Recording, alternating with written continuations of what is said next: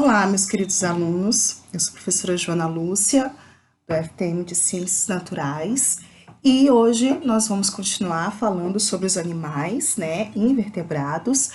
Invertebrados são os artrópodes, tá? Os artrópodes são animais, artro vem de articulado, podos, pés, ou seja, são animais que possuem pés articulados, corpo segmentado e que consegue se articular, né? Então, nós temos aí as borboletas e libélulas, né, representantes desse filo, os aracnídeos, as aranhas, as libélulas, também chamado de lavadeira, lavabunda pelas crianças, as formigas, cupins, as vespas, abelhas, moscas, todas as espécies de baratas, besouros, grilos, os caranguejos, todos os crustáceos, siris, caranguejos, camarões, lagostins, lagostas, né, piolhos, ácaros, enfim, é bem grande esse filo, né? E dentro desse filo existem as classes. Classe insecta das formigas, aracnídeo, a classe dos crustáceos e por aí vai, né? Então, esses animais, esses artrópodes, muitas crianças nem consideram como animais, né? Por exemplo, essa classe aqui, ó, da centopeia, né, ou piolho de cobra, são os quilópodes, né? São representantes desse filo artrópode. Esses animais, eles podem se reproduzir, tá? Geralmente é uma reprodução indireta, por quê? Porque põe ovo, depois do ovo vem a larva, aí vem a fase de pupa, que é o caso, por exemplo, da borboleta, né? Ela tem a fase de ovo, de larva, de pupa, né? A larva é a lagarta, aí ela cria ao redor de si um casulo, né? Ela vai virar, então, ali aquela pupa, e depois ela vai sofrer a metamorfose de se transformar de lagarta para borboleta e vai sair do casulo. Então, a gente chama essa transformação, essa metamorfose, esse desenvolvimento de indireto. Diferente de certos grilos, por exemplo, que tem um desenvolvimento direto, já nasce o grilo pequenininho, a gente chama de ninfa, tá? As ninfas ou os bebezinhos desses insetos são como os pais, porém pequenos, tá? Então, alguns têm desenvolvimento direto, outros indiretos. E eles são importantes porque eles são vegetarianos, na maior parte das vezes, e vão controlar populações de vegetais, né? Por sua vez, eles servirão de alimento para os carnívoros. Então, aqui nós temos vários coleópteros, né? Vários besouros. Aqui, acredito eu que esse é um louva-a-Deus, tá? Existe também o bicho-pau, que ele se assemelha muito a um graveto, é uma espécie de camuflagem. Então, esses seres aqui, todos que estão mostrando, são do filo dos artrópodes, tá? Os artrópodes são inúmeros na face da Terra, ó, a joaninha é um artrópode, né? Um coleóptero. E eles podem usar de várias estratégias para sobreviver. Muitos vivem nas folhas secas, né? Por exemplo, esse aqui, o escaravelho, ele tem uma força gigante, né? E esse animal, que tem vários chifres, né? Ele lembra até um pequeno rinoceronte. Ele vive em folhas, né? Locais assim que ele pode se camuflar. Outros, como por exemplo, certas borboletas, elas têm no seu corpo o desenho de um grande olho que serve para afugentar predadores. Por quê? Na lei da natureza, quem tem olhos grandes também tem corpo grande. Então, o animal que o vê vai ficar com medo de comer, porque pensa que é um animal maior, que ele só está vendo o olho, não está vendo o corpo inteiro. Então, são estratégias adaptativas e evolutivas que esses seres vivos foram apresentando no decorrer, né, da evolução das espécies no decorrer dos séculos, né, do tempo. Aqui nós temos, né, o guruçá, aquele famoso caranguejinho da praia. Os mosquitos também fazem parte desse filo, assim como os piolhos, né, as pulgas, os carrapatos, os escorpiões, né, fazem parte desse filo. Então, são animais belíssimos, tá? De grande importância biológica, eles têm aí uma importância muito importante também na polinização. Muitos livros de ciências podem relacioná-los com a polinização, como é o caso, por exemplo, aqui o que eu falei com vocês, ó, a borboleta que tem nas asas, né, um olho ou 2 olhos desenhados, né? Aqui também, tá vendo? Lembra a cara de uma coruja, o corpo dela, os olhos de uma coruja para afugentar predador, tá certo? Então, esses animais, eles têm essa importância de polinização. Por exemplo, a abelha, ao coletar o pólen da flor, ela se suja, né? Ao coletar o néctar da flor, ela se suja de pólen. E sem querer ela leva o pólen de uma flor para outra, fazendo a polinização. É importante dizer que esses animais, eles são segmentados, ou seja, eles têm um corpo dividido em segmentos. Eles podem ter o cefalotórax, como é o caso, por exemplo, desse besouro, que tem cabeça grudado com o abdômen. O que a gente chama de bundinha da formiga, na verdade, não é bundinha, é abdômen, tá? Aranhas caranguejeiras, elas não têm bundinha, elas têm abdômen. Então, existem animais que têm o cefalotórax, ou seja, a cabeça, céfalo, né, grudado ao tórax. E existem animais que têm 3 segmentos ao corpo, ou seja, ele tem a cabeça, a parte do tórax e a parte do abdômen, tá? Então, ele tem 3 segmentos. E esses animais, eles podem ser desde vegetarianos quanto saprófagos, ou seja, comem matéria em decomposição, né? Eles podem utilizar de certas formas de camuflagem para sobreviver no ambiente. Alguns deles têm o corpo com essas características que ajudam a afugentar, né, os predadores. É meio que a evolução tivesse agraciado eles com essa característica. E muitos também apresentam o que a gente chama de cores de advertência. E são cores de advertência.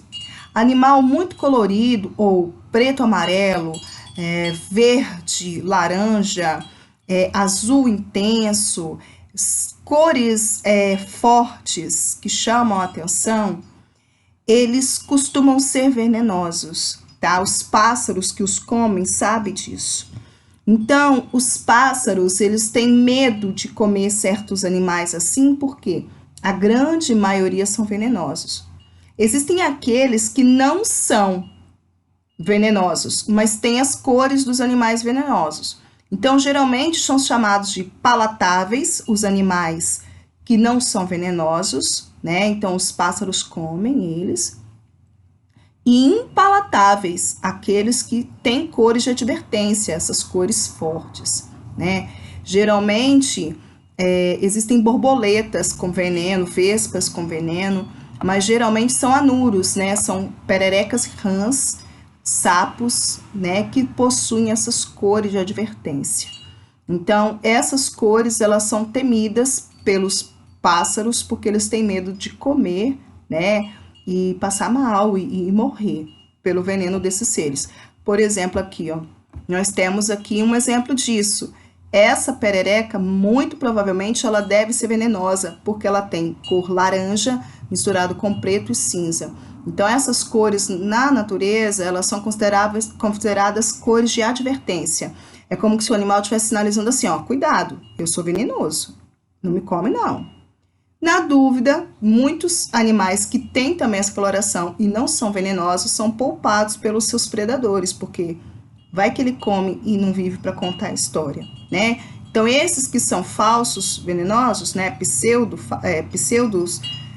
significa falso, falso venenosos, acabam se dando muito bem, né, por conta dessa lei da natureza. E aqui nós temos um escaravelho, ó, que foi o besouro que eu falei com vocês, né, que tem aí o céfalo e o tórax grudados, cefalotórax.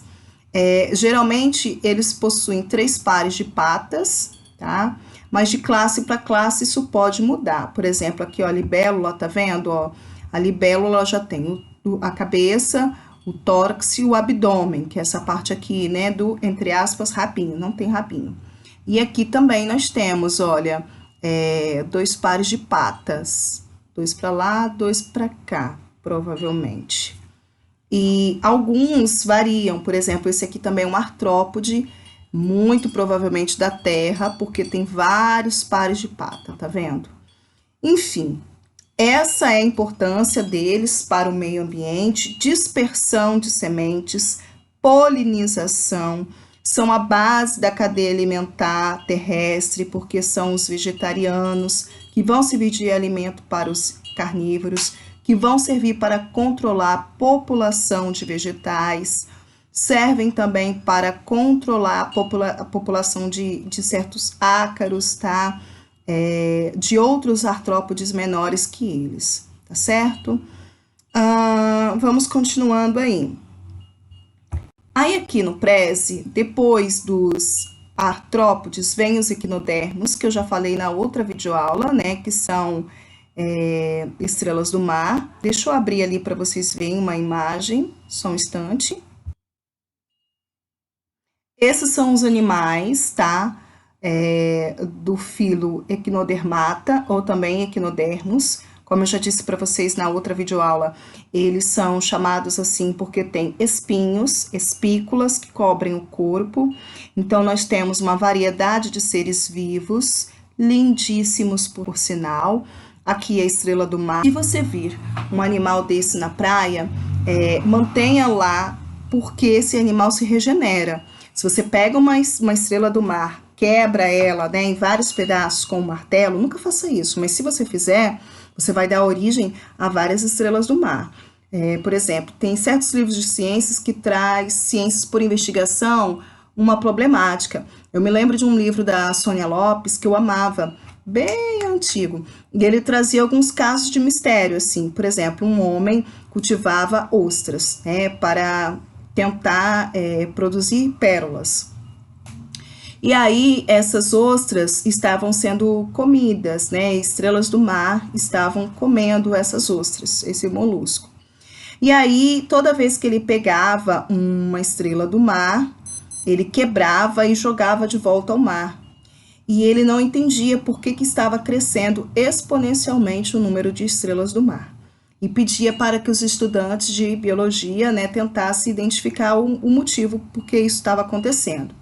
Tá na cara, né, pessoal?